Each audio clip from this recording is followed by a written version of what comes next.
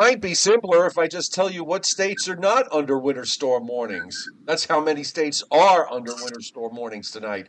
From New Mexico and Texas across into the Mississippi River Valley, through the Ohio Valley, and to the Mid-Atlantic and the Northeast. We have ice storm warnings over a large area in the deep South. And most importantly, we have a cast of characters tonight that will figure this all out in such great detail that you will all be stunned. So let's get going here on tonight's Joe and Joe Weather Show podcast. And you can support the Joe and Joe Weather Show podcast. How, you may ask?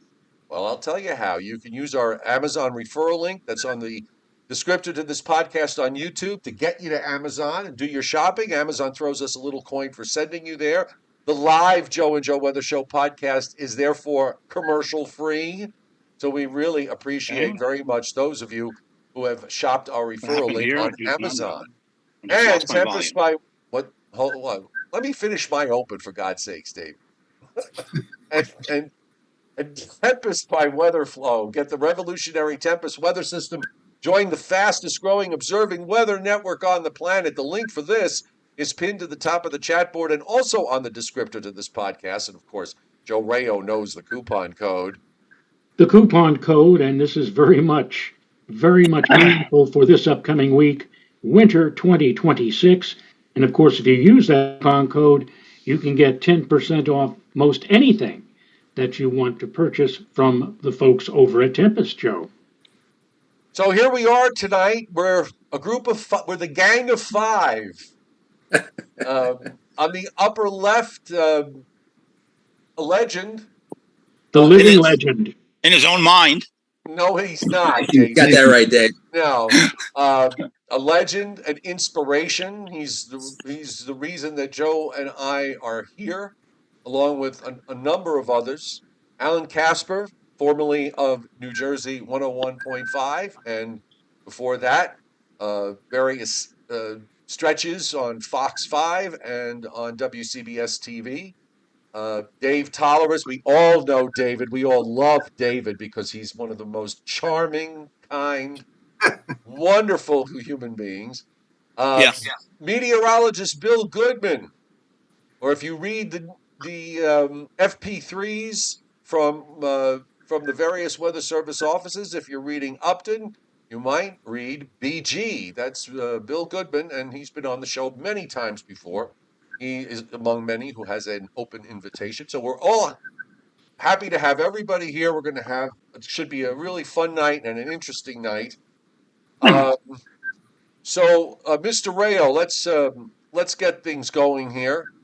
You have you've been watching everything with me. We've been doing this together all week long. Some opinions going into this evening?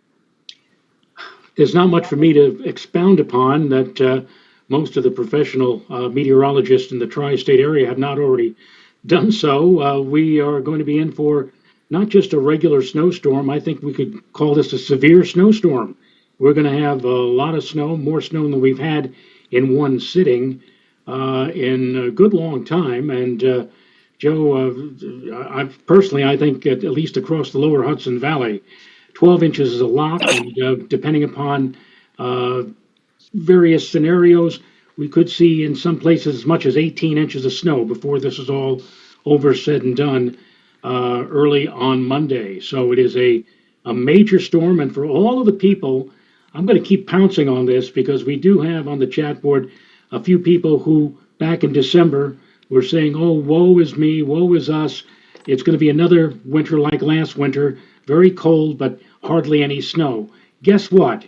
We've got snow, and there's going to be quite a bit of it within the next 48 hours. Mr. Tolleris, so what we're going to lower yourself, Mr. Tolleris. We see you. Hang on a second. No, yeah, I know. Beautiful. Television. Of course, my nose is my best part. So I'm just saying. So what we're going to be doing tonight is that each of us we're going to try to expound on the areas that we usually focus on. Joe's going to be doing the Hudson Valley and some Connecticut.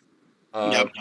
Bill Goodman is going to be doing New York City, Long Island, and into maybe northern New Jersey. Alan's going to talk about Central and South Jersey, maybe a little Southeast PA with respect to how things are going to play out. And of course, you are sitting in Virginia, so you're going to take a look at the Mid-Atlantic states. And the setup for, well, we've already got 100 likes. Joe rings the bell at 100 likes. Let's see if we can keep it going. Thank you for those of you who said the We like actually have 132, Joe, and climbing. and climbing.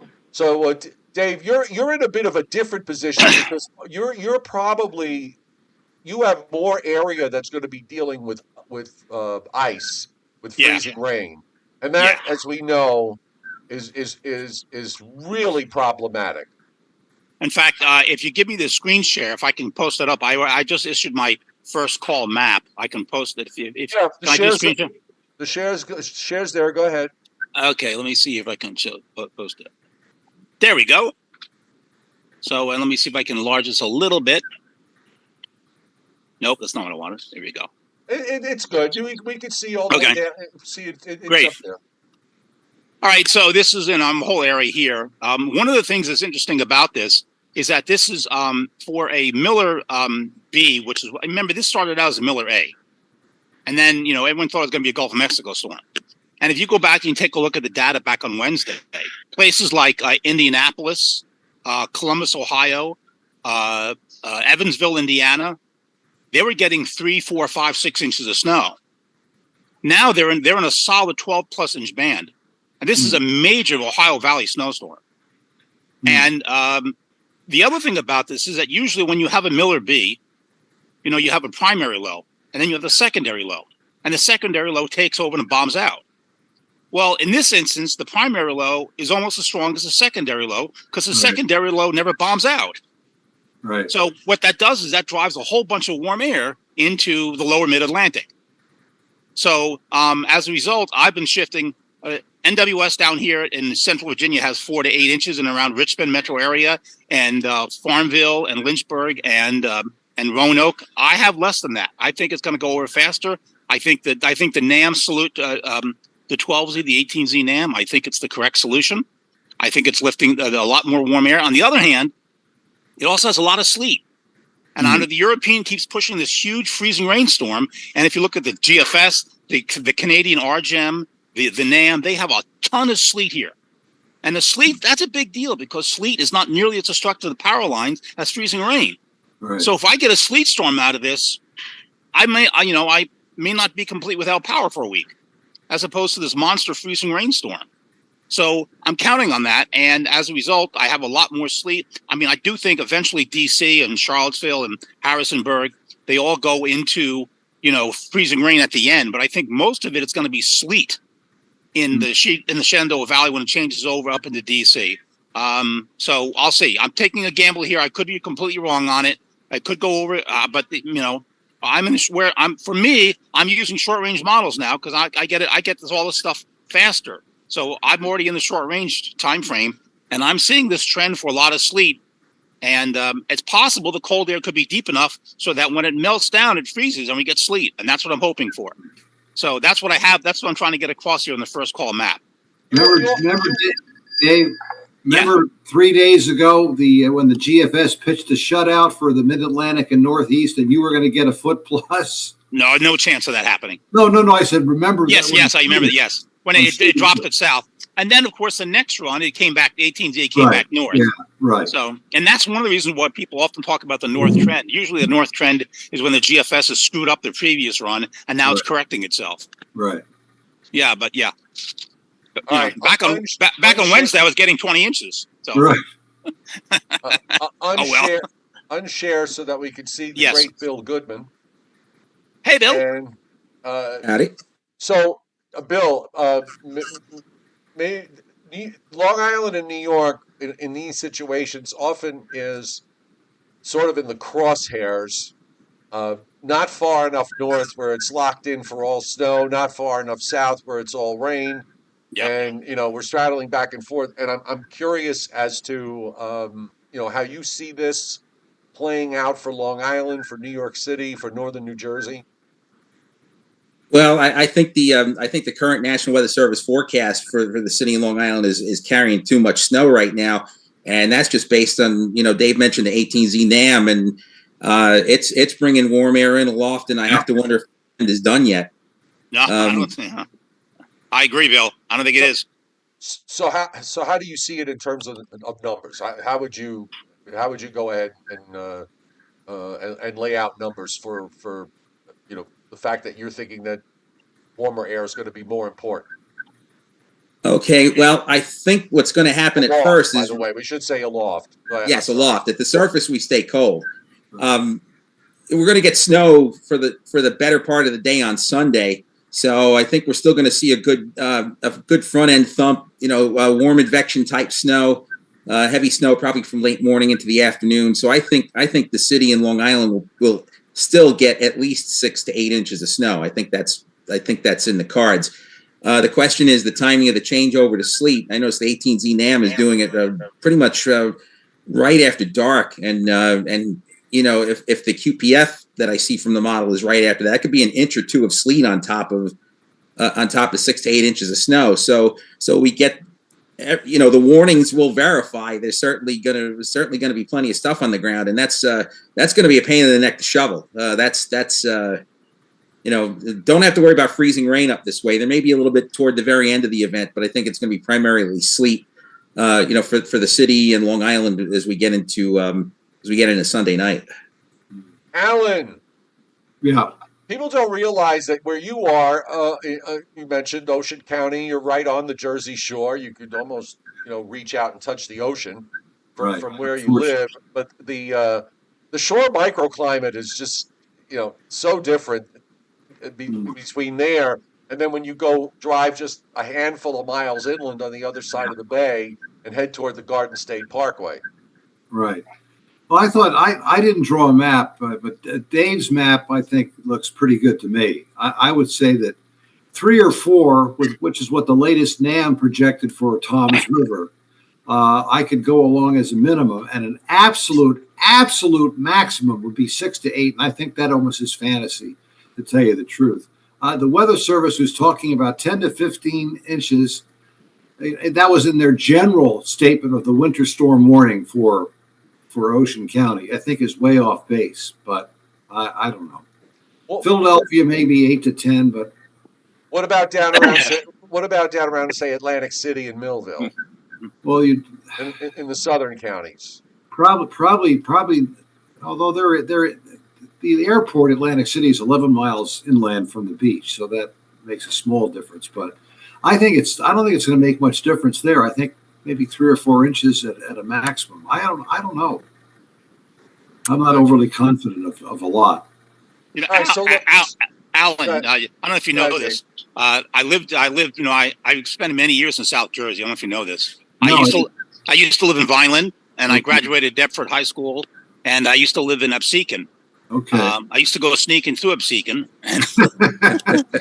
and so I know the area well. In fact, I got my first degree from Stockton State College, which is now a university. Yeah, correct. So I know the area pretty well, and I've noticed that actually the South Jersey winter storm track is often a DC storm track, okay, or a northern neck, Middle Peninsula, Southern Maryland. If DC gets blasted, I mean, even if you go back to the President's Day storm in '79, DC got blasted. Southern New Jersey got a lot more snow than Philly out of it.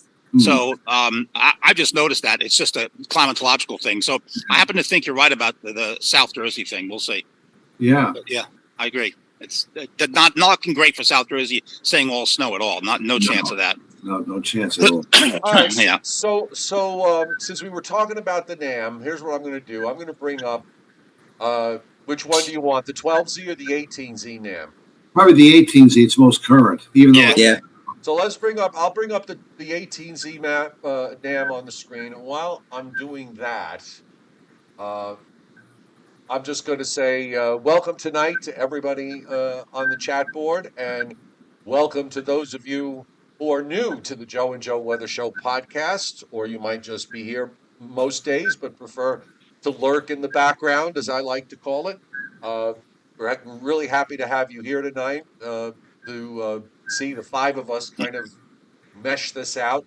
So subscribe to my YouTube channel and turn your notifications on so you don't miss us. The Joe and Joe Weather Show podcast is a Sunday through Thursday affair at 7:35 p.m. And Fridays and Saturdays are usually off days, but obviously we're here tonight. Joe and I will be here tomorrow night at 7 o'clock, right, Joe? We will.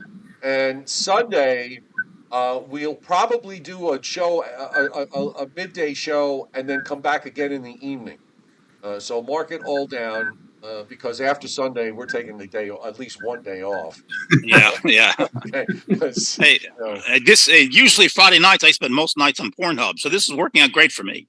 David, seriously. Too much information? Okay, maybe not. No. I'm going to switch to the NAM in a second. This is the SREF. Okay. Since the plumes, as we call them, are going to go away. Yeah. But this was the 21Z SREF bill. I don't understand. The thing I don't understand, and maybe it's because it's an ensemble and there's 27, members to it. But the snow amounts are, for the most part, are uniform. Which I find remarkable. It basically gives everybody, except southernmost Cape May County, it gives everybody between 7.5 and 10 inches, and that goes, by the way, all the way down into that amount, that range goes all the way down into Virginia and all the way up into Connecticut and southeastern New England. We know it's not going to look like that. No, probably not. I think North and West probably get more numbers. One thing that I always look at, we tend to, when it comes to the SREF plumes, we tend to look at the, what the snow plumes are showing. You got to look at the other plumes for chances of rain or sleet. I forget what's in there because I don't have that right in front of me. When they start going up, you got to pay attention to that. I think of a storm from, it was a March storm back 2010. I think we had blizzard warnings and the plumes were leading us down the Primrose Path with lots of snow, and it ended up being a sleet storm for Long Island. I think this is, this shares some vague similarity to that. You got to, it's not just all about snow with this. And you the sleet. Yeah, sleet's a big deal on this. Very much so. The sleet. A lot of these models, they have 12 inches, like in DC, but half of that is sleet. So yeah. Joe Rayo, I'm going to bring the NAM up, and you were mentioned. You talked about it yesterday. You were waiting for the NAM to go out long enough so that you could look at the FOOS and try to kind of square away the arrival time and maybe how much of that lead precip is Virga. I'll bring the map. I'll bring the 18Z map up, and you could maybe talk about what you discovered in your FOOS adventure. Well, the FOOS, which also is going away with the NAM soon. That's depressing. I don't know how many forecasters still look at that, but I do, and I've enjoyed looking at the tabular data that has been run off from the NAM on the FOOS. And I said last night that, generally speaking, they give you three relative humidity zones: R1, R2, R3. The R1 zone is the lowest boundary or the lowest layer of the atmosphere. And I've often said that when the R1 layer is less than 80%, and this is a classic case last night and this morning, that usually you don't see any precipitation getting down to the ground because it's still much too dry.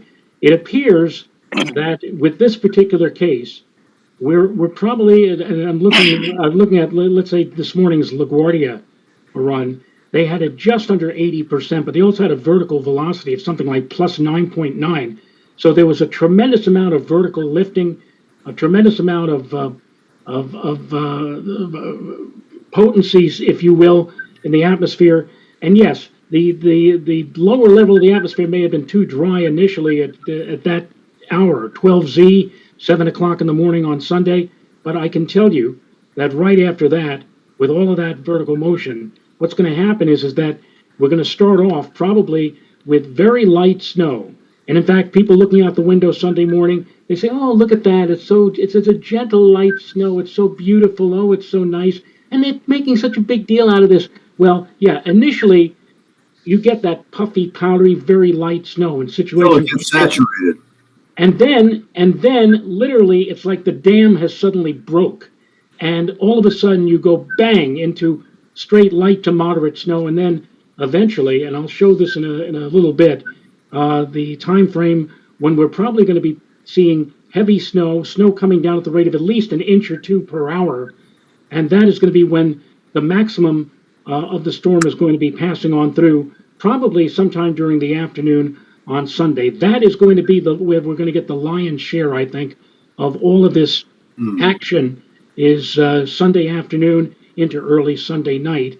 And again, before then, during the morning, it'll be light snow and it'll actually be pretty and, oh, and it's not. But believe me, when I tell you that it's going to ramp up very quickly by late morning or early afternoon, and the snowflakes, which will look like talcum powder initially, will begin to get larger. In fact, you'll start getting nickel and quarter-sized snowflakes. And as that comes down, again, at a moderate to heavy pace, that's where you're going to be putting down your heaviest amount of snow during that afternoon and early evening time frame. So I have the on the screen right now is the map at 7 a.m. For the NAM, and actually there's very little of the light blue snow here. It goes already into the darker shades, which is showing heavier intensities, as you said, almost immediately after the initial start, and then you get into the really dark, heavier stuff at 7 a.m. The NAM is faster. Hey, Dave, I'm wondering on 2 points here for you. Your opinion on this. So first off, clearly the whole state of Virginia is in a sleet storm, except for what appears to be a little hole there in eastern Virginia. So I'm not quite sure why that is. And also back into North Carolina. It has freezing rain, but it doesn't have a whole lot of it. You did talk about that. The reason why it has that hole there is because I live near there. Just kidding. I was going to say exactly. For years, you complained about having a boilerplate over you. Yeah, baby. Yeah. No, it's just one of those holes, and I don't know if it's real or not, but it's there. So how do you square away in terms of the NAM is pretty fast moving it in, and the European was also pretty quick up until the 18Z run of the European, which has now slowed it down and kind of matches up with the GFS in terms of when the start time is going to be. Well, it's. And we're talking, by the way, we are talking, specifically here about areas around northeast Pennsylvania, northern New Jersey, Long Island, and points north and east. But then we're also going to talk about the other areas too. So anyway, go ahead. I'm sorry, Dave. Go ahead. Well, part of this is overrunning, okay? And as a general rule, as it breaks out over the Appalachian Mountains and it heads towards Richmond, it heads to Charlottesville, it heads up DC, then it heads up into Pennsylvania. So the overrunning is going to break out pretty fast. And that's my experience in these situations. And whenever that happens, that's also a sign that my area is going to be screwed, because what happens is it ends up going to Shenandoah Valley, then breaking out towards DC, Baltimore, Philly, New York, before it even reaches Richmond. I've seen it break out from, let's say, Kentucky into New York City before it even reaches Richmond, because it's the overrunning. So generally models underdo overrunning, the advance of overrunning. That's my experience. I don't know what Bill Allen sees about that, but my view is that the models overdo overrunning. I mean, they mishandle it. They don't handle it fast enough. So yeah, I agree. I agree with that. The NAM in particular takes a long time to erode the low level dry air. I could see snow starting before daybreak in across New York City, Long Island, Hudson Valley. Maybe even 2 or 3 hours earlier than what the models show. Yeah. That's very possible. My view is I'm just going up there. I'm going around 7 a.m. That's what I had my timing map. I have a 7 a.m. and that seems, and then the main stuff comes in around, I don't know, 10 a.m., 11 a.m., something like that. Oh yeah. And that's when the proverbial. Here's 10 a.m. With the sleet line, the sleet into southernmost Cape May County. Northern Delaware is still in the dark blue snow, as is northeastern Maryland, and of course The darker blues here up to about New York City. I would guess that the dam is trying to show moderate. Joe, real quick on the Foose, how much liquid did it give during the first, between say 12Z and 18Z at LaGuardia and It was something like and at Philadelphia? I can tell you that at LaGuardia it was kind of like a 50-50 split between 12Z and 18Z. It was something like 0.52, and between 18Z and 24Z it was like 0.64. And wow, that's a lot. And yeah, and and a lot of that was based upon the big thump, if you will, or big pop that it had projected on the vertical velocity at 18Z. I think it was something like plus 12 or something. In fact, can I bring up? We talk about the peak of the storm. Can I bring my thing up here? Go ahead, bring it up. Yeah, let me just hang on. While you're getting your stuff ready, I'm just going to acknowledge a few people on the chat board tonight that hit the tip jar, which is really nice. JDog 804. All-Star Legends cast this evening. Thank you. That's a very kind thing to say. Thank you so much. Robert Lumnicki, giving everybody a big hello and hitting the tip jar. Thank you much. And Janet Dunn, New Jersey Weather Observers. Yes. Hi, happy to see all of you. Bergen County is sometimes a battle zone too, sometimes too close to the city, sometimes just far enough west. What do you think of mixing here? Well, that's a good question. Very little. Bill, how far north? What do you think? Does mixing get into the northeast New Jersey counties? I think so. I think so. And if it does it matter in terms of accumulation amounts? It may not matter a whole lot. I think the damage is going to be done. I didn't talk much about northern New Jersey before, but I think once you get north and west of the city a little bit, I think. I was talking about, still at least 6 to 8 inches for the city and Long Island. I think you're still looking at 8 to 12 once you get inland north and west a little bit before things, either mix with or change to sleet. But I do think it's going to happen.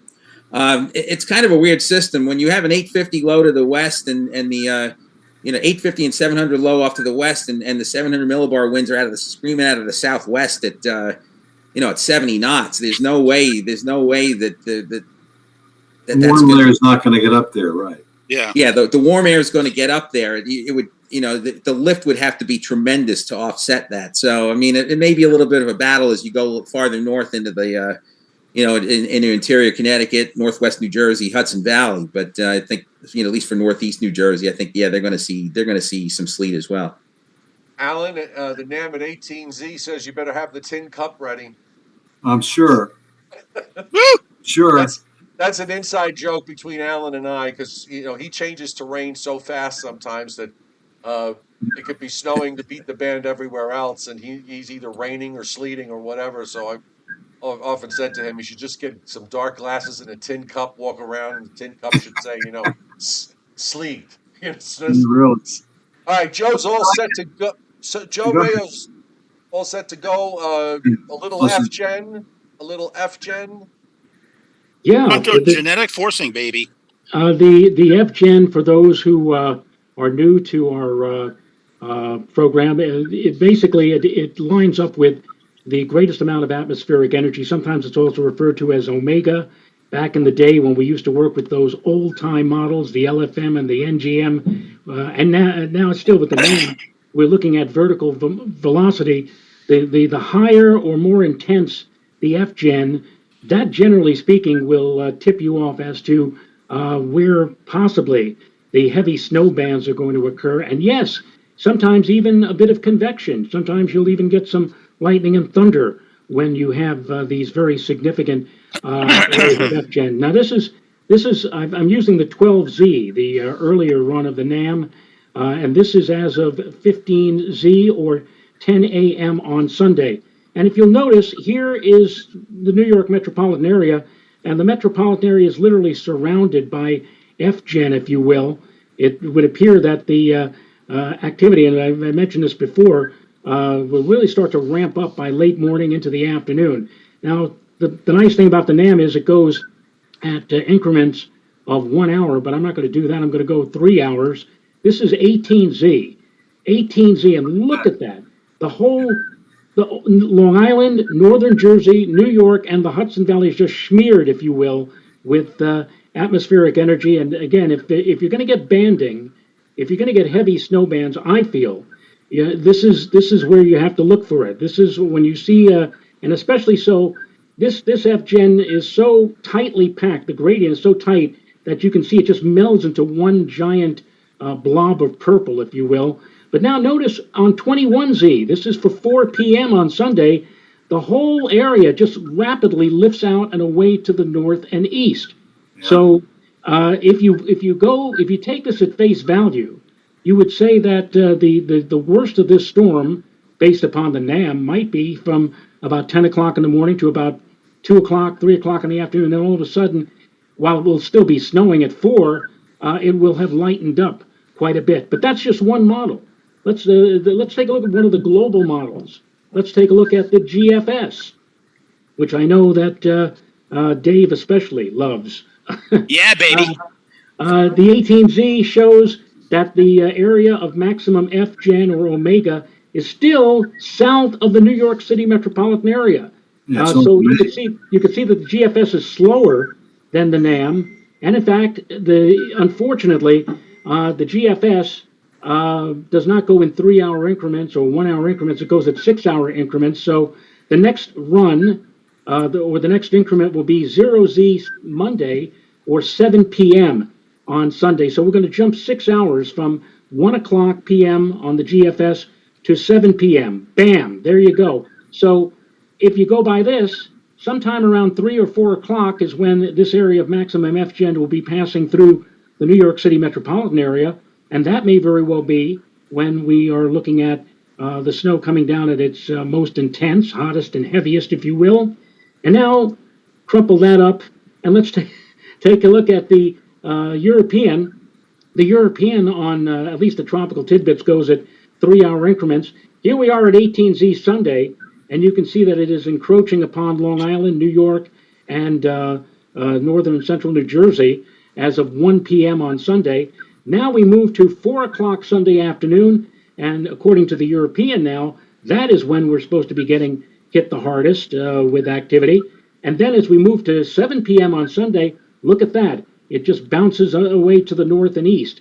So the GFS and the European are sort of in lockstep with each other in terms of the timing, saying or stating that sometime around 20 or 21Z is when the greatest FGEN or omega is going to be taking place, and thus quite possibly the heaviest snow. The NAM faster. The NAM is faster by about 3 or 4 hours, and in fact, by the time we get to 21Z, as we saw a few moments ago, the NAM is already pushing all of that stuff to our north and east. Generally speaking, again, it looks like if you're planning anything, if you're waiting for the big snows, I would say probably sometime between noon and 6 or 1 and 7 o'clock in the afternoon on Sunday. Beforehand, some light snow. Now, you may be wondering, so what's going to happen after, let's say, 7 p.m.? It'll still probably be snowing, but instead of, the big snows, the 1 to 2 inch snow amounts will probably peter back or taper down to maybe a half or a quarter of an inch an hour. It'll still be snowing probably through the overnight hours of Sunday. And then on Monday, I think we'll just see scattered residual snow showers and flurries, and maybe even a few breaks of sun, possibly during the midday and the afternoon hours, although it may still be flurrying or snow showering somewhere. But the lion's share, I think, of what everybody, all you snow lovers, are looking for with using the FGEN rule would probably come, I would say, sometime around, again, midday into the afternoon and early evening on Sunday. Joe? Yep. Gentlemen? Alan, Stan 1418 on the chat board. He says, great to see Alan on again. As I said before, always remember him coming to talk to our Met Club at Rutgers back in 1988. Oh, my God. Yeah. Yes. It's a long time ago, yes, baby. We are getting old, he says. Fortunately, Bill, what could Yes. go wrong? What can go wrong in this? Oh boy. That's my favorite. That's my favorite line. Really, that's the number one thing you want to look at. That question never gets asked nearly enough. Right. What can? Oh, What I prefer not to call it going wrong. As where is this going to trend? all right. So, well, all right. Let's say what can possibly go differently here? All right. Well, as I said, this trend of warmer air coming in with the 18Z NAM may not be done yet, and so that would mean more sleet inland and maybe some lower amounts. But still, I think once you get inland, I think it's kind of academic. The damage will be done in terms of like reaching 6+ inch amounts. I think that's going to happen regardless. One other thing, Joe Ray, you were mentioning in front of Genesis. I just happened to peek at the 850 front of Genesis, so that that's still going pretty strong as the 850 warm front lifts into the New York metro area and Long Island. So we might get a couple more hours of moderate to heavy snow, although it won't be those huge flakes that you would see earlier in the day. It might be just more moderate snow rather than a heavy snow. So well, that FGEN, by the way, is from the 700 millibar level. And they also provide FGEN at 850, but I've from over the years I've kind of relied on the 700. For convection, possible convection, and also for in snow cases where the snow banding is set up. Yeah, and the 700 millibar level, that's where you're going to have typically your coldest air and your best snow growth, where you get those big dendritic snowflakes. So yeah, that one.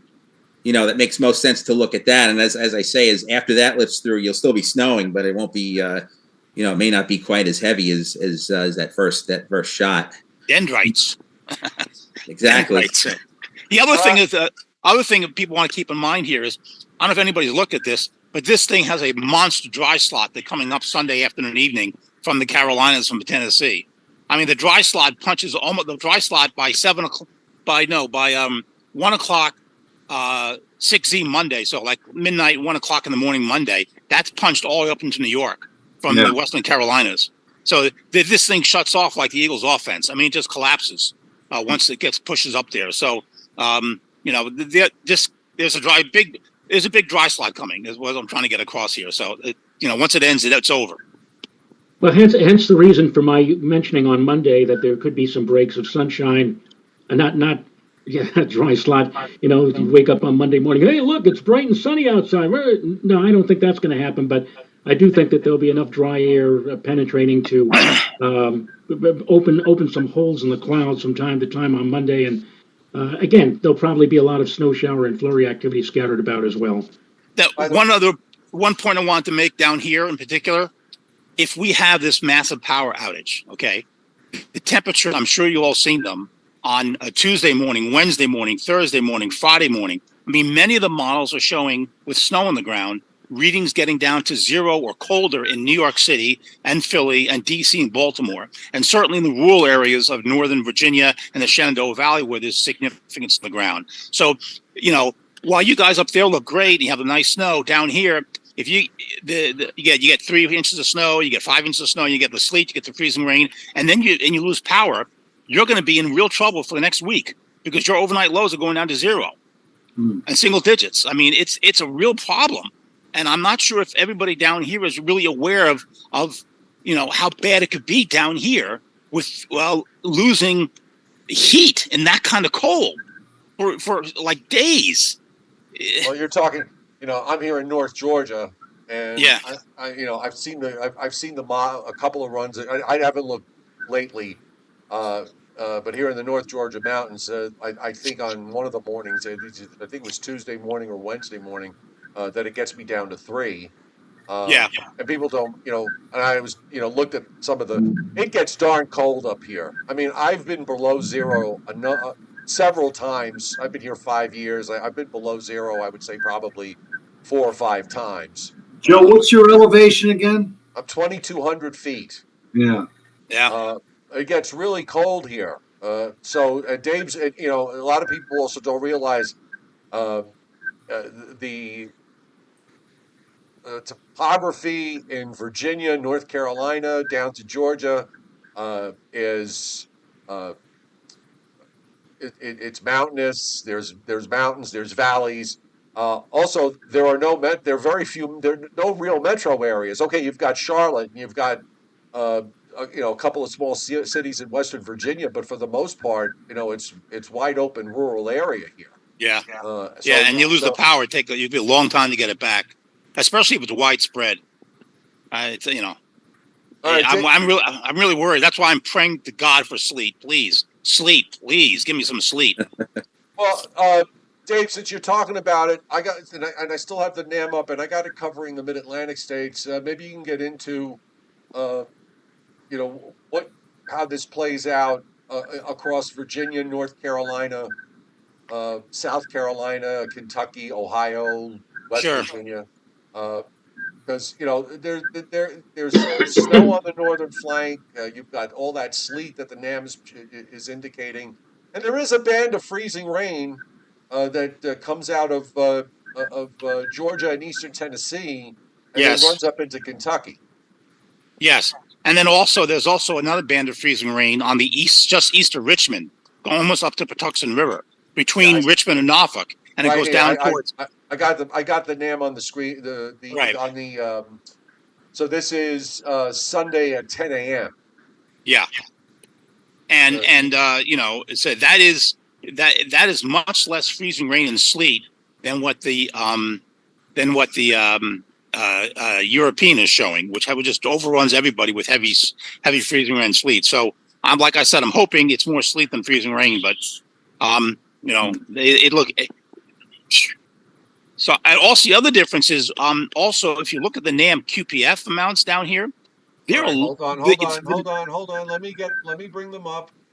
The European and the other models have been showing huge areas of 1 to 2 inch rains. I guess, and Bill, I don't know if you've seen it, Alan, if you've seen it down the big ice storms, down here at the heavy QPF. If you look at the NAM, the numbers are down significantly. I mean, it's 0.75 is not nothing, but it's not 1.5 either. Right. So, the QPF numbers are going down in this area. So again, maybe that would help in terms of the outage. It wouldn't be quite so severe. The QPF, for folks who don't know, that's total precip. There's a tongue of 2 to 3 inch liquids running through central Tennessee and even parts of eastern Tennessee into southeastern Kentucky, western Virginia, and actually running it up west of I-81 and in the southern portions of West Virginia. That amount of liquid can't be good.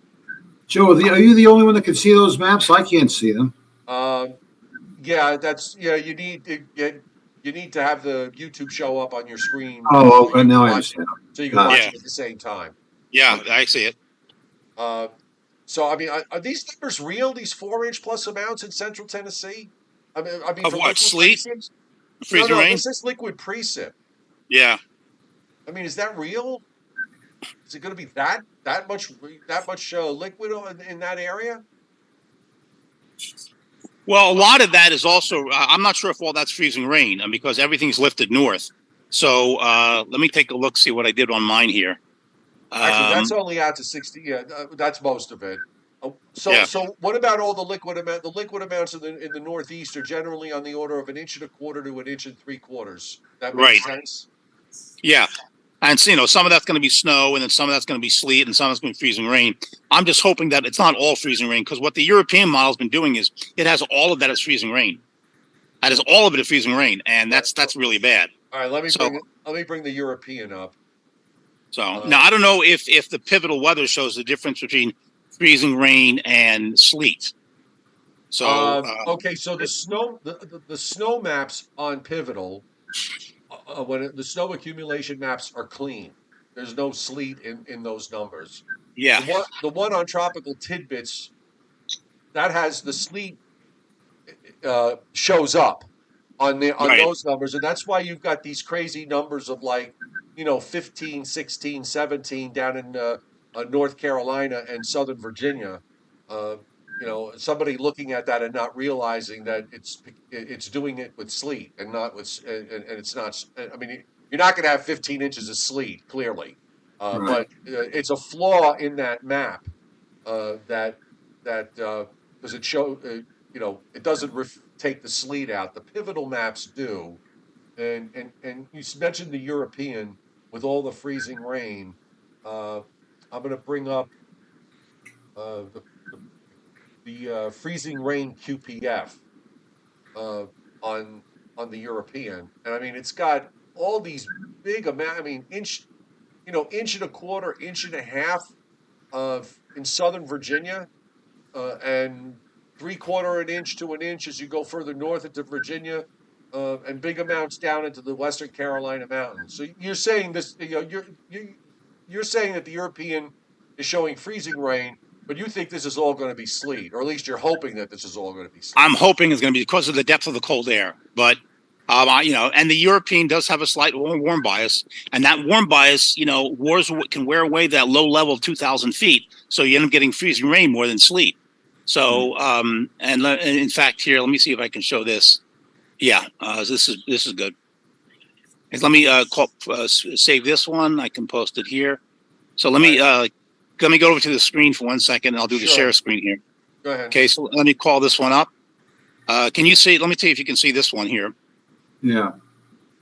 So, there you go. Does that? Let me see if that shows up. In fact, let me. We can see it. Well, now we can't see it. There you go. Now you can see a little bit better. Okay. All right. So this is the NAM, and you can see how much sleet it has here. Right. Now that's the NAM, and this is going to be the European. Come on, European, open up. There you go. Make it bigger. Look at the freezing rain. Yeah. That big difference. One of that is a power loss disaster. The other one is like, Yeah. So, Alan, you usually, over the years working with you, you always had a little bit of disdain when people would put freezing rain in the forecast because most times it wouldn't happen. Yeah. And sometimes it doesn't. But No, I was asking Alan because he's not. Go ahead. Sorry. Because a lot of times people throw in freezing rain in a forecast and it winds up not happening. That it winds up happening is it does wind up happening as sleet. Yeah. Did a question that I have too for everybody? The GFS seems to handle this system a little bit differently for Sunday night into Monday morning.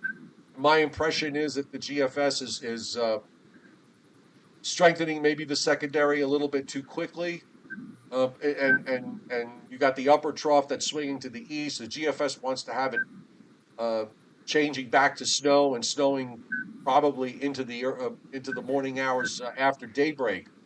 In areas other models have it gone. Well, all the other models have it gone. So the GFS is wrong. Often. Yeah, it's too cold. The good for snow model. Yeah. Well, it's proven that point this year so far because it's overdone it on the events that we've had. Yeah, well, it kind of has, yes. That's kind of true. Yeah. I'll tell you, all the medium range models tend to overdo the snowfall. And I was worried that would happen when I put up the winter storm watch for the metro area, and the numbers I was getting, it's like I didn't even believe them because I thought the snow ratios that the models are spitting out were too high, and even the QPF. It seems like when we get closer into these events, it kind of settles down toward a more realistic solution. If I have any problem with putting out numbers in the medium range, that's it. They're almost always going to be too high. Yeah. All right. Yeah, I got burned with that big time. So yeah, that's happened to me a couple of times. So I haven't shown my snow forecast map. Oh yeah, let's see yours. And Dave, I have to tell you something. I have. When I do my forecast snow maps, I do an early call and then I do a late call. I don't, I do the early calls, usually 72 hours out.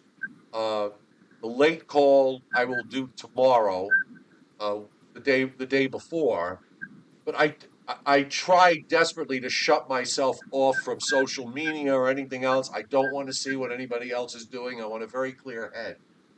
And I swear to God, I sometimes think the phone, not only, I know phones listen to what you say, but there are times where I think it goes into your brain, because I literally was sitting on the couch thinking. I didn't say it out loud. I was thinking that, gee, I wonder what Dave did.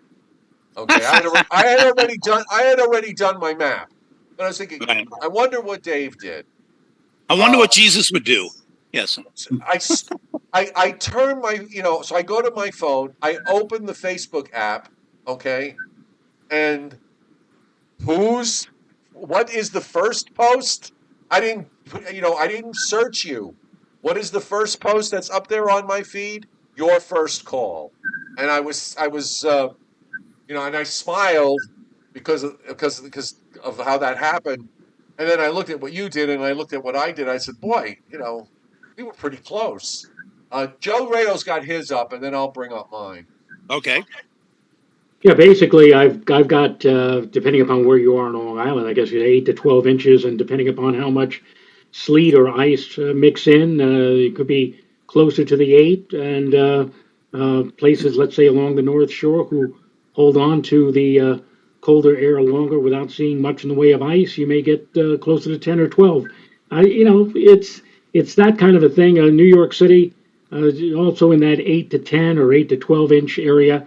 I could even see sleet in the worst case scenario making all the way up to I-287 in southern Westchester. But again, keep in mind that if this does happen, the lion's share of all of that potent snow banding and heavy snow will probably have arrived before that happens. We were talking about this the other day, Joe and I. We were talking about the first of the two big snowstorms in 1978, where it started out supposedly just a little snow and a lot of rain, and then the Weather Service all through the night kept upping the totals. They kept saying all through the night, changing to rain, changing to rain. It finally did change to rain, ice and rain, but it didn't change until after, about 12 or 14 or 15 inches of snow had fallen in New York City. So whatever we see in terms of ice, it's going to happen, I think, after the lion's share of the heavier snow occurs, the main thump, if you will. So I've got 8 to 12 for Long Island, about 8 to 12 for New York City. The lower Hudson Valley, 12 to 15. And further north, where it may be a puffier, powdery type of snow, or more of a 15 to 1 ratio, as opposed to, let's say, other areas would start at 15 to 1 and then decline down to 10 to 1 or whatever, up to the north of, let's say, I-84, 15, 16, maybe even 18 inches is especially true in those high terrain areas of Orange and Sullivan and Ulster County. Yep. That's where you can really see some of the really big accumulations from this storm, at least in my opinion. Zachary Milan hitting the tip jar, along with a few others, which I will acknowledge shortly. Thank you for hitting the tip jar, by the way. And he says, hey, guys, love your talks. I'm located between Philly and Lancaster. Could you do your best to predict what you should get there? Dave, take a shot at it. Philly, Lancaster, a solid 8 to 12 inches there. And I don't think you'll get any sleet. It's possible that if you get no mixing in at all, you could get over 12. Philly's included in this? No, Lancaster. Just for Lancaster, PA. Yeah. Gettysburg, I Lancaster. wouldn't disagree with that, Dave. I go along with that. Bill, you want to take a stab? I like Joe's map. I'd probably for New York. I'd probably bring those lines a little bit farther north. I think there's going to be more sleet mixing in and farther north. But it's fairly close. I think we're looking at. At bare minimum 6 to 8 for the city in Long Island. Probably more like 8 to 10. Then I think you get probably 8 to 12 inches just northwest of the city, and then as you get up farther into the lower Hudson Valley, northwest New Jersey, then you're in you're into foot plus territory. Yep. All right, so this is what I did yesterday, and I got a good grade from Bill Goodman because I sent him the map afterward. Thank you, Bill. So I have less than 8 for the East End. I cut Long Island, northwest Suffolk on a diagonal down to southwest Suffolk. From there west, 10 inches. So I basically put the city. I had put New York City and Philadelphia in 10 to 12, and then I got 12 plus 12 to 15 for northeastern Pennsylvania and points north and east. In New Jersey, I drew a diagonal from Sandy Hook to Millville to Central to Dover, and that was my 10-inch line. Then I had 8 inches from just northeast of Tom's River down to about Vineland, and then 6 inches a little further south along the coast. So less than 6 for Atlantic City and Cape May, clearly. I think if I did that, doing it today, I probably would put the 6-inch line, where the 8-inch line is in New Jersey, and maybe the 8 where the 10 is. Right. Yeah, I see that. But this is what I did yesterday, so I thought this was fair. Yeah. And I made it to point, Bill Goodman, to say that I missed the set it 3 or 4 times last night on the show. I'm lower than what the Weather Service has. Thank you. I always like to go up rather than go down with numbers, snow numbers.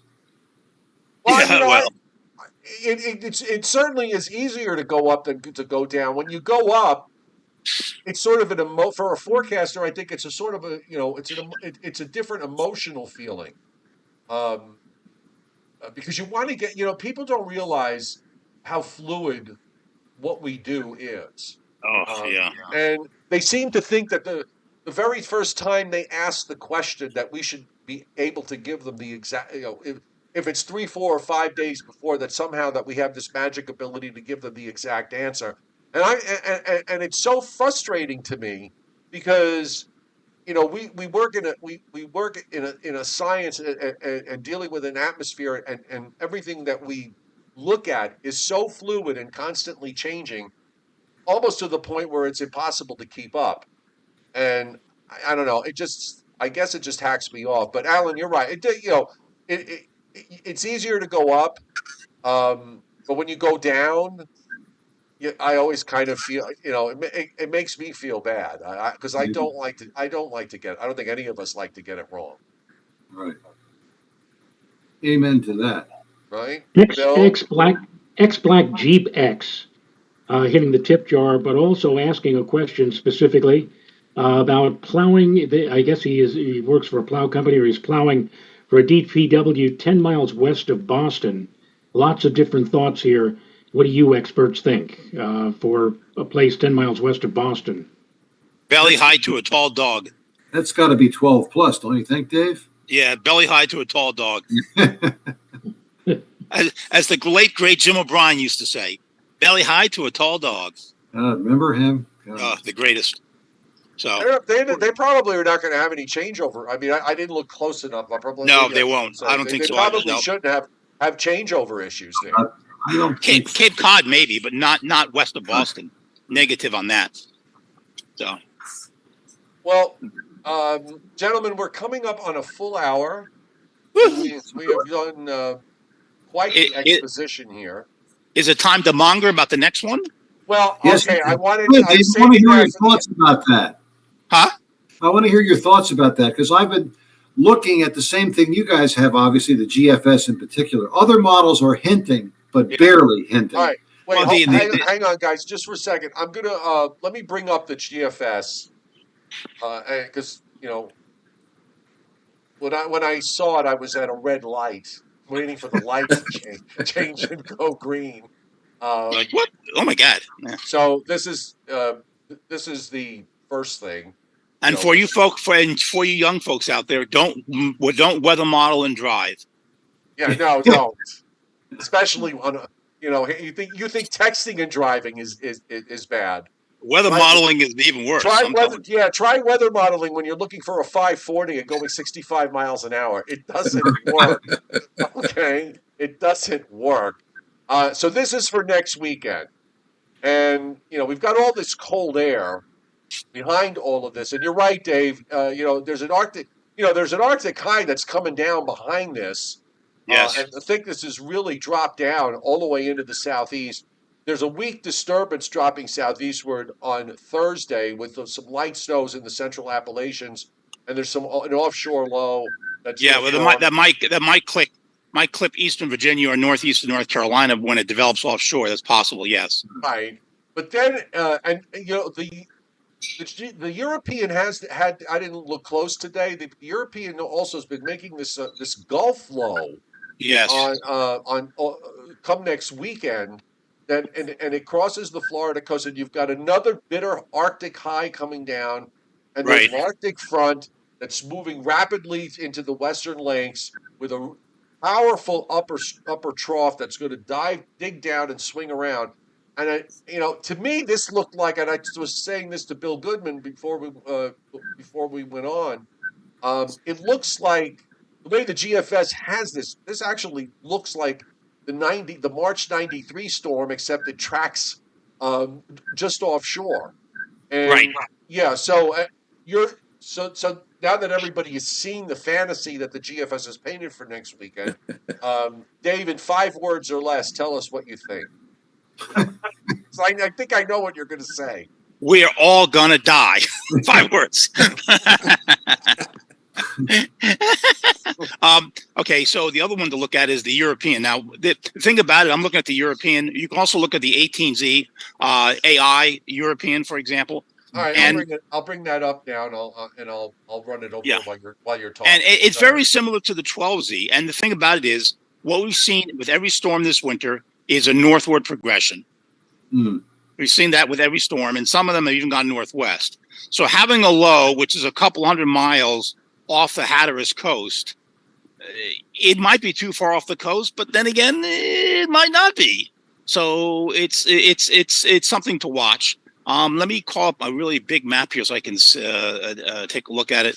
I'm running the AI, which Okay, yeah, which is it's got the low, out at 67 Right. west, where the GFS has it. And the GFS Right. was always the one that used to suppress everything. But I've seen a number of instances in the last couple of years where it doesn't. It does that sometimes, but yet at other times it doesn't. So it's Yeah. not as consistent with its suppression. Go ahead, Dave.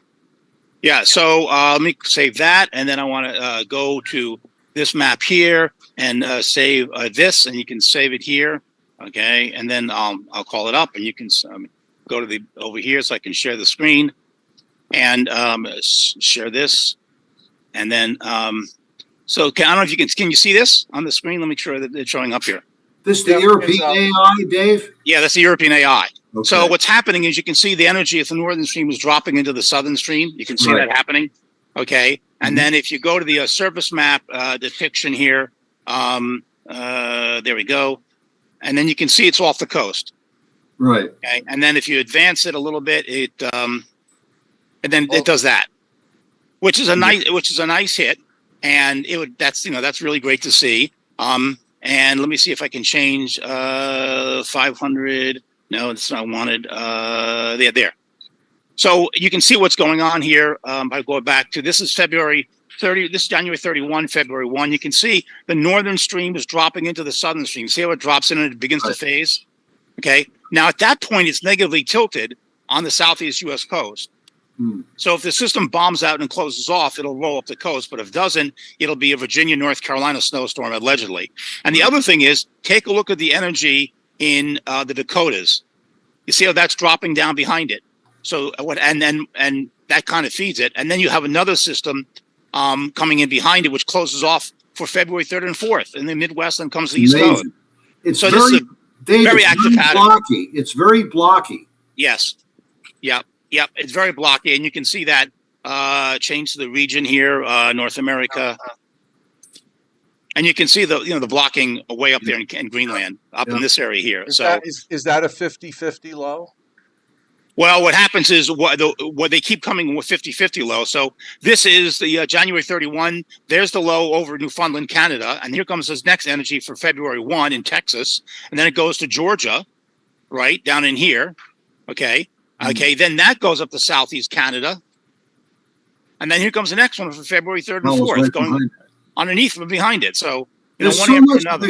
David. Look at There's so much action and so much positive action in this blocky pattern that you would think that eventually something's going to pop. Yes, I agree with that. Yeah. You think it's going to pop, but then again, it's like dating. You don't know what's going to happen. So it can work out, or sometimes, you can get the door slammed in your face. Yeah. And then you get a restraining order against you. Who knows what's this? It's just a bad situation. Oh. So, All right.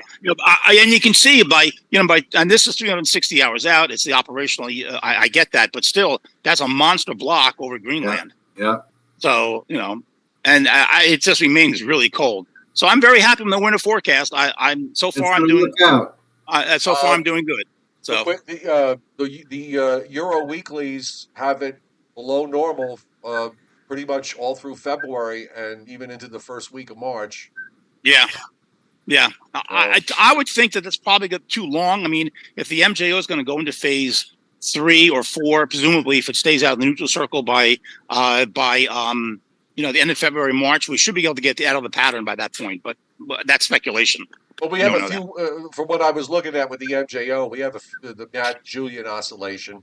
We're going to be in, again, depending on which model you look at. You're going to be 8-1 for a while, yeah. We're going to be in 8-1 and maybe even go 8-1-2 for a while. Yes, for the next several weeks. And that makes me very happy. It makes me look like a weather god, as if I'm not one already. I'm just saying hypothetically. By the way, Dave, nat gas has been, just had its biggest 1 week rise in its history this week. Yeah, and I know you deal with some commodity stuff with what you do. Yes. So it was, so I thought of you as I was watching nat gas basically go from $3 to almost $6. Well, it was way too. It was way too low at the beginning of the season because the Climate Prediction Center forecast was for a mild winter. Okay, and then it started rising a little bit when we started getting cold in December. Okay, so it was riding a little bit, and then so it's cold. It's not severely cold, and then we got the Arctic outbreaks, and now suddenly it took off. So this is waiting to happen. I mean, if you're willing to take a gamble and invest the money on my cold winter forecast, I mean, then you made out like a bandit. So of course, I did not invest money in my own cold winter forecast, but that's because I'm still married. So women are. Hey Dave, is the La Nina gone or going yet? The Region 4 has collapsed. Region 4 is now like +3. Okay. It went out by the date line. So the western flank of the El Nino is dead. I mean, La Nina, is dead. The western flank of La Nina, the part by South America, that's still holding on at around like -0.5, -0.6. Okay. But the western side, and that's important because remember, it's the western side, which is out by the international date line, and that's the one that screws up the MJO. So if that's gone, that means the MJO can operate effectively. Right. Hey, Dave, can you unshare? Oh, I'm sorry. Yes. That's okay. Bill Goodman. There we go. Any final thoughts before we say goodnight? Yeah, I want to emphasize the cold that we're going to be dealing with, that we're dealing with now, and that we're going to be dealing with after the storm passes. Even if you don't have to worry about effects of freezing rain, still, with such an extended period of cold, you got to worry about things like pipes freezing, things along those lines. It's we could have a pretty extended period of days with highs only in the teens to lower 20s, lows. Lows single digits, most areas, 10 above in the city, single digits outside, and probably below 0 north and west with the snowpack going into part of next week. So, Yep. Keep in mind. It's going to be colder than my last date. It's going to be chilly. Your last date was before you got married, and that wasn't. That was quite a while ago. Let's leave facts. Let's leave facts out of this. Right, Alan. Any final thoughts? No, except I don't believe the 10 inches for Toms River that the NWS has predicted for this first storm. Yeah, it's like, whoa, Toms River, really? Yeah, that's what they put. They got 10 and change, Dave. Goodness gracious. Find it. That's like, that would have to be the most amazing front end stub in history. A stump in Well, history. I was just going to say you'd have to get maybe 2 hours with 5 inches an hour and live in a snow globe. Make sure Yeah. you make sure you take a video of that. I was just going to ask you, Joe, where are we in the like situation? 402. Oh, so we just busted through 400. Yeah. Guys, it's been a lot of fun. Time went by fast. We've been on for an hour and 10 minutes. Goodness gracious. Yes. Hey, Dave, I gotta ask you, how long ago was it when you used to call me at CBS? When was that? Back in the 70s sometime, obviously? Well, let me see here. Probably back then. Yeah. Wow. 70s, maybe early 80s. Because I was just starting out. I already had one degree, and I really didn't want to do. I got my first degree in criminology, believe it or not. Right. Was that before the Navy or after? After the Navy. Okay. So, and then I wanted to go to Rutgers, and they told me nobody wants to be a meteorologist. Give up that stupid dream. That's actually what they told me. They said, I'm not telling you. I used to do weather maps, the whole thing, learning myself. And they told me I was a huge family fight, and they said that's not a real career. So, what are you going to do with that, right? So I instead of going to Rutgers, then I'm going to City College in New York, but that's many years later. So I had a hot bowl of pasta thrown into my face when we fought. Dave, my family, we fought. Same thing, Dave. I can relate to what you said. Yeah, my father took a plate of hot. My father took a plate of hot pasta with sauce and threw it at me. You want a meteorologist? Well, I was interning at the time at NWS, and right. this was the night before the blizzard of '78, and I was 19 years old. I got home from the weather. It was such an exciting day the day before, particularly because I got to do the broadcast on KWO on the radio. Right. On the radio there to read the statement about a foot plus. So I got home in the Bronx. I rode the subway to get down to Manhattan and then rode the subway back. I got home after 11 o'clock. Okay? Yeah. And my parents threw a shit fit. Well, bad word. Yeah. They threw a sorry. Censors. Whoops. Yes. But my father in particular did. And the thing was, man, this was really cultural because my parents were immigrants. They didn't understand the concept of internship and that I wasn't being paid. Okay? Oh, they wasting your thought time. I was being taken advantage of. Right. So, of course, in an Italian house, everything gets blows up into a big and I hadn't eaten any dinner, so my dinner was what my mother had made that day and left from me. So he took the pasta and just threw it at me. So that was the end of that. So I get what you say, because they had, so what are you doing with your life? Why aren't you becoming a doctor? Yeah. Oh, exactly. Right? Oh, Why yeah. aren't you going in the why aren't you becoming a lawyer? Why aren't you becoming a doctor? No, I have 3 lawyers in my family. The last one you need was another one. Asking somebody to pass the potatoes was like asking for a contract. Forget it. Dave, you didn't have Vinnie Cardone as a professor at City College, did you, or did you? No. He was at NYU. Sorry. Yeah. Vin Cardone. I got Vin Cardone to talk at a seminar at City College. We used to have seminars on Thursday between noon and 2 o'clock, and he came in. This was on the heels of the Great Blizzard of '78, and basically what he said in that seminar or in his talk was, no longer now do we have to worry about busting any more forecasts. We're in the age of technology, computer technology, and we're from here on. It's full speed ahead. We don't have anything to worry about in terms of any kind of busts. And those words were ringing in my head a year later when I just started working at a private weather forecasting service. Sunday morning of President's Day weekend, and I'm looking at the LFM, and the LFM had. I was talking to Joe the other day, gorilla PVA everywhere, but it wasn't showing much in the way of moisture. I remember that. And in Baltimore, we had a radio station in Baltimore, and I said 2 to 4 inches. And the next morning, the guy who taped me on Sunday with 2 to 4 came back and said they just called out the National Guard. We just got 20 inches out there and it's still snowing. And I'm looking up to the sky saying, Vin, what happened, Vin? Vin, this wasn't supposed to happen. By the way, Joe, that's not the only time that happened. They just finished opening up the new supercomputers, and this was right before the January 2000 storm.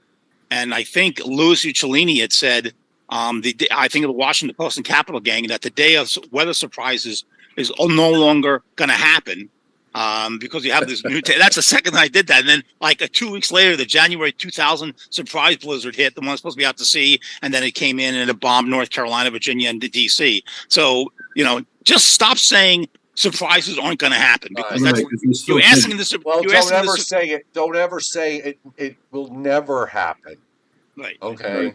Yeah. Just don't invoke because if it's a supreme being, he's out there somewhere in another galaxy, and then he hears some idiot on Earth say something stupid, and he goes, "What was that?" God laughs. What was that? Yes. What was that? Exactly, and God laughs. So. Excuse me. Just want to really quick. Howard 8445. Hitting the tip jar tonight. I got the whole list, Joe. If you want me to run go down ahead, the do list it, of Joe. everybody? Will you please?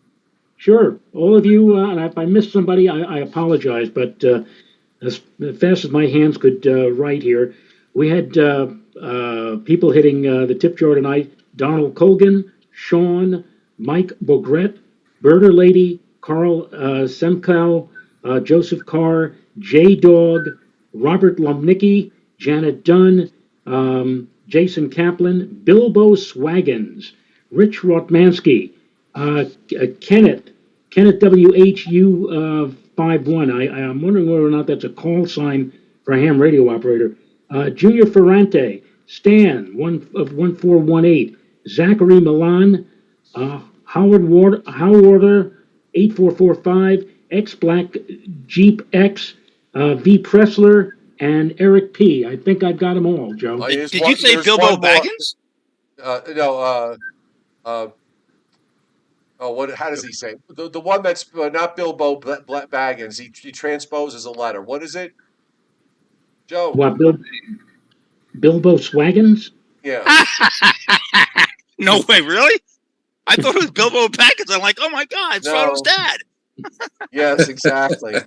And Delaware Weather Guy just came in with a hit. So thank you, Delaware Water Guy. So did Davey Johnston 3076. Thank you so much for hitting the tip jar.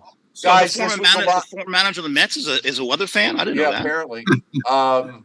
He watches the shows. He binge watches the 1,500 odd videos of the Joe and Joe Weather Show podcast that sit on my YouTube channel. Bill Goodman, thanks for coming on tonight. Bill, what are you on shift next?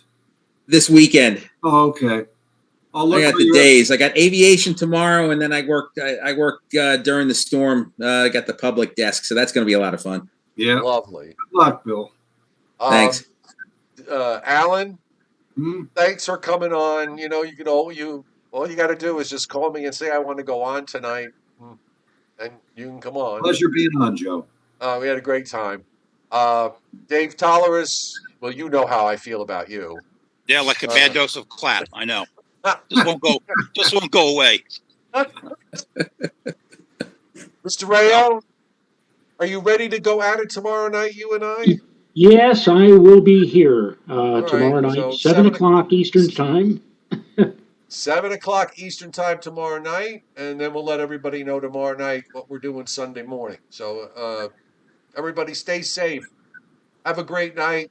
Join us over the weekend. See you down the road. And for snow lovers, just think snow. That's right, baby. Night. See you, everybody. Take care. Night, folks. Bye. Good night.